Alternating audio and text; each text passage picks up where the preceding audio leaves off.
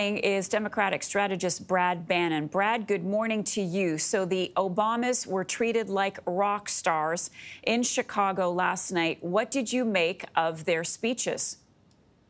Well, they were very powerful speeches, and they are rock stars in the Democratic Party. It's a great combination because Democrats love the former president and the former first lady. And it was interesting. They both, the speeches were a little different. President Obama's speech was more uplifting and optimistic around the theme of hope. The former First Lady Michelle Obama's speech was a little more partisan. I would say she ripped into Donald Trump a little bit harder than her husband did. Yeah, did she ever? I'm just going to ask the control room if we have that sound ready that we can play of one line that is going viral, getting a lot of attention from Michelle Obama. Let's play that and we'll get your thoughts. Oh, we don't have it. I'm sorry. I'm sorry about that. Yeah, she took direct aim at Donald Trump for the fact that he came after her husband and her family, and she told the crowd and everybody watching, be prepared. Because he's going to do the same for Kamala Harris. Do you think that message is impactful? Do you think that she was, doing the right thing by preparing people for what is likely to come in the next couple of months? Oh, yeah, I think she was absolutely right, because I think it's very important for Kamala Harris and Tim Walz to understand that Donald Trump is frustrated, he's angry, and he's going to come after Kamala Harris with both guns. It's not going to be pretty, but I think the vice president knows what's coming. She has dealt with Donald Trump quite a bit over the last few years, and I know that he's like a frustrated, angry, caged animal. He's dying to get out of his cage, and he will eventually. And when he does, he's going to create lots of havoc.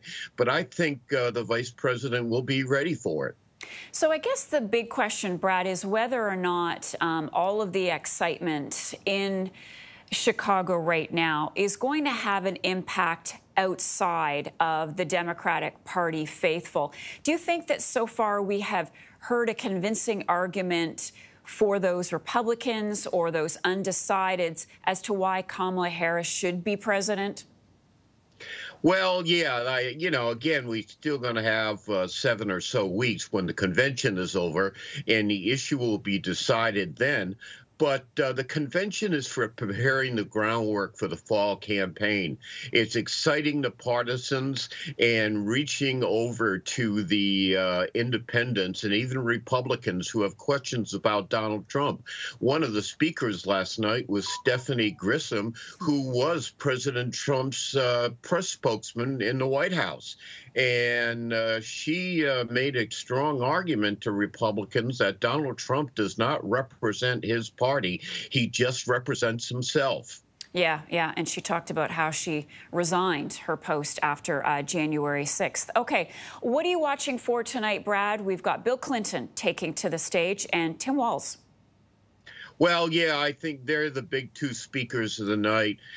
We've seen Bill Clinton a lot. We know what to expect from him. He gives a fiery speech, very partisan. But this is Tim Walz's first chance to reach a national audience.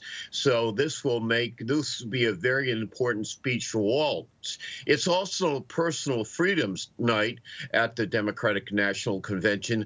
So you will hear many Democrats, including President Clinton and Governor Walz, make a strong case against Republican efforts to deny women reproductive choice.